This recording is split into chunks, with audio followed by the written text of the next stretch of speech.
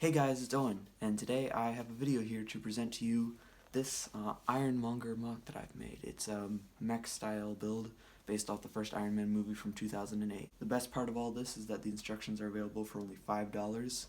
All you have to do is email me at palpatinebricks@gmail.com. The email is down in the description. But with that purchase comes the PDF instructions, which are printable and very readable, might I add. I'll show you that in a moment. But anyway, let's get right into showing you this build. As you can see, this mech is a little bit taller than the Hulkbuster that came out with for Infinity War, as well as a good like half-inch taller than the original Hulkbuster from Age of Ultron. Anyway, if we take those away and put those over there, you can see the full mech here. So let's start out on the feet. If we start down here at the feet, you'll see that these feet have maneuverable toes here, and the whole build for this is very complicated, although it is very easy to build once you see it. Anyway, so they've got this piping and tubing along the side of the leg and foot, as well as a feature here. In the movie, Ironmonger actually uses jet boots to take off in a sort of slow flight, so this boot here replicates that motion that is seen in the movie, however undetailed. So this kind of moves backwards like this, and then you can see the jet piece right there to simulate the repulsor there, and then that can close back in and be the back of the boot again. It can move out a little farther as well, but it mostly just like that to replicate the motion in the movie. The other boot is the same way, moving like so.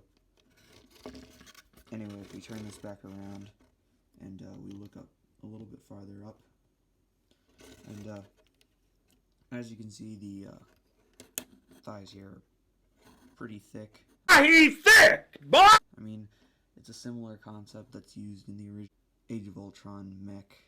The thighs are basically using the same technique, as well as it's got some like wires up in here. I used a lot of concept art for the building of this Ironmonger mech, so you'll see that the piping along the sides and the wiring leading from the pelvis to the thighs is actually accurate. Anyway, so this leg has mobility at the knee there and at the hip, so it moves fully on this axle here, so it can also bend forward and stuff. Anyway, let's move up towards the top a little more. You can see that I have my Obadiah Stane minifigure up in there, so let's go ahead and take him out by pulling down the chest plate, and you see there's a whole lot of room in there. Just remove him, put him off to the side, and while we're looking in here, there's a whole lot of room in here. Probably room for like a character with shoulder pads or a large headpiece. And if we fold that in, you can use like a welder's helmet or a knight's helmet, but most likely, if you want the most accuracy, you should go for the Iron Man Mark 1 armor helmet if you want to put a helmet on there rather than just Obadiah Stane. On the front there, you'll see the main arc reactor there, as well as some curved slopes that are meant to replicate the curved chest plate design. Let's move around towards the back. As we go back here, you'll see there's more of that curved design, not really a whole bunch to see here. As we move towards the arm, you'll see that this is a mostly Technic arm from the shoulder to the elbow there, and that is fully adjustable there. And there is a shoulder plate there that is a darker pearl gray there, and then a metallic arm plate there. Let's look at the fist now. You'll see that it has 4 posable fingers, or rather 3 posable fingers and a thumb. There's nice plating up in here, and then this is accurate to the reference photo on his right arm. He has some wrist-mounted rockets that are yellow, so I put those there as well. And there's 6 of those on his wrist there, and he can fire them from his wrist one at a time or all the time, as seen in the movie. If we move over here, this hand is exactly the same, except over here we have a mounted machine gun that can swivel into place, and it's a rapid-fire machine gun that fires bullets from this here bullet chain that attaches into his wrist from the bullet pouch on his back area. As we move towards the top here, you'll see there's a bar going above his head for the hydraulics in his arms, as well as a shoulder-mounted missile launcher here that is fully rotational.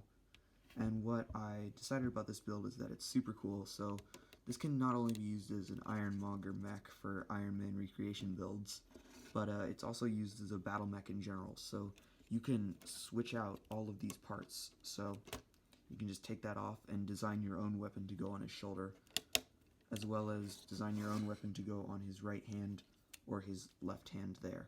And then there's a spot for if you want to customize this bullet chain or whatever anymore, or do anything there. This is all super customizable. As I said earlier, his arms fully rotate like this, as well as at the elbow there. You'll see here I have the first printed edition of the instructions, and they're pretty easy to read, I'd say.